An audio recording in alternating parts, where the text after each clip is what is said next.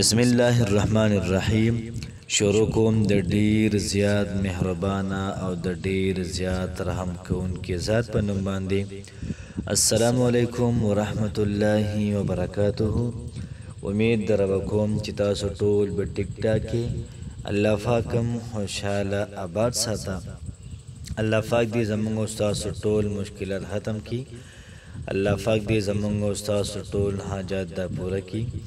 الله پاک دې موږ او تاسو ټول بار بار مدینه منورې ته د غرنګ مکې مکرمه ته د بوزي. امین. نن چې کومه زموږ وظیفه ده نو دا وظیفه ده د مولانا احمد علي لاهوري رحمه الله وظیفه ده. فرمایي چې هغه ته بچا سویل چې د رزق حواله سره موږ ته وظیفه راکا. مولانا احمد علي لاهوري رحمه الله به دا وظیفه ورکوله او دا د هغې په مجربات کې و د غرنګ بیا هغوی نور ډېر غټ علما کرامو ته د دې وظیفې اجازت دا ورکړی و. نو وظیفه ډېره زیاته پاورفل ده. د قرآن مجید یو آیت دی او دغه شانتې دی سره سره د قرآن مجید یو صورت دی. نو چې کوم سړی د زړه په یقین باندې دا وظیفه وکړي، په اطمینان او سکون باندې دا وظیفه وکړي، مکمل یقین سره انشاءالله العزیز الله پاک بولا د رزق ټولې مسلې دا ختم کړي او ښکلی مزیدار اعلی رزق دا ول الله پاک دا ورکړي. لومړۍ وظیفه یې د سحر د مانځه نه بعد اویا پیرو کړي او دغه رنګې د دویمه وظیفه یې د سحر د مانځه نه بعد اووه پیرو کړي. انشاءالله العزیز الله پاک به په کاروبار کې ترقي ور واچوي. یو بنده داسې دی، یو خور داسې ده، هغه دا وایي چې زموږ دی په رزق کې الله پاک برکت واچوي، زموږ دسترخوان دا ډک وي.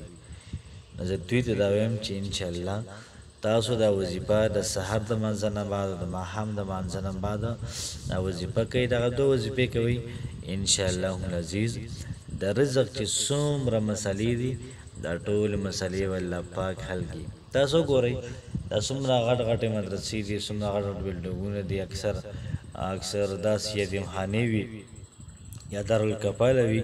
هغوی محترمو دغه دوه وظیفې کوي. د دې په وجه باندې د هغوی په سوونو په زرګونو ماشومان د تعلیم ورکوي، هغوی ته کپړې هم ورکوي، دغه رنګې هغوی ته خوراک هم ورکوي، د هغوی د سکول د کالج د یونیورسټۍ او دغه رنګې د هغوی د دیني تعلیم مکمل محترمو د هغوی خیال ساتي.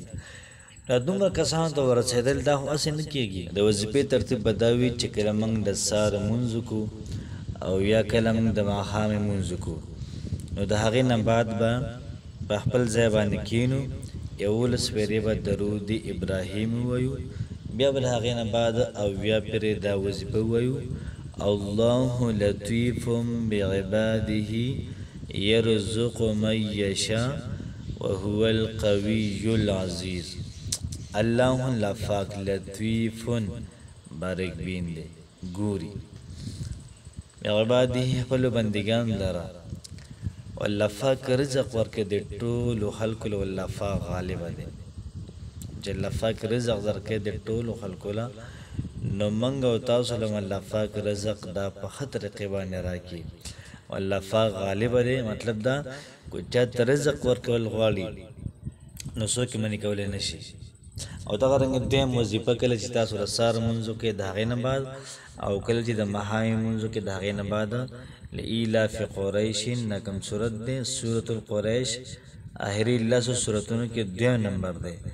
دا چې سهار او ماښام څوک اووه پیرې وایي انشاءالله العزیز الله پاک به د رزق ټولې مسلې محترمو دا ختم کړي. چې کله تاسو دا وظیفه برابر کړله نو د هغې نه بعد به اوږده دعا وکړئ، د الله پاک نه به وغواړئ یا الله پاکه زما د رزق مسله ده، والله پاکه د رزق دا مسله دا زما حل کړي. کولی حاجت وي الله پاک نه حاجت وغواړئ، الله پاک دا مې حاجت دی دا له پوره کړي. څه مشکل وي د الله پاک نه مشکل وغواړه، الله پاک ته وجاړه، د الله پاک نه وغواړئ. انشاءالله العزیز چې کله موږ دا دوه وظیفې وکړو او درېیمو سره د الله پاک نه څیز وغواړو، د الله پاک نه غوښتنه وکړو نو انشاءالله العزیز الله پاک به زموږ او ستاسو ټولې مسلې دا ختمې کړي.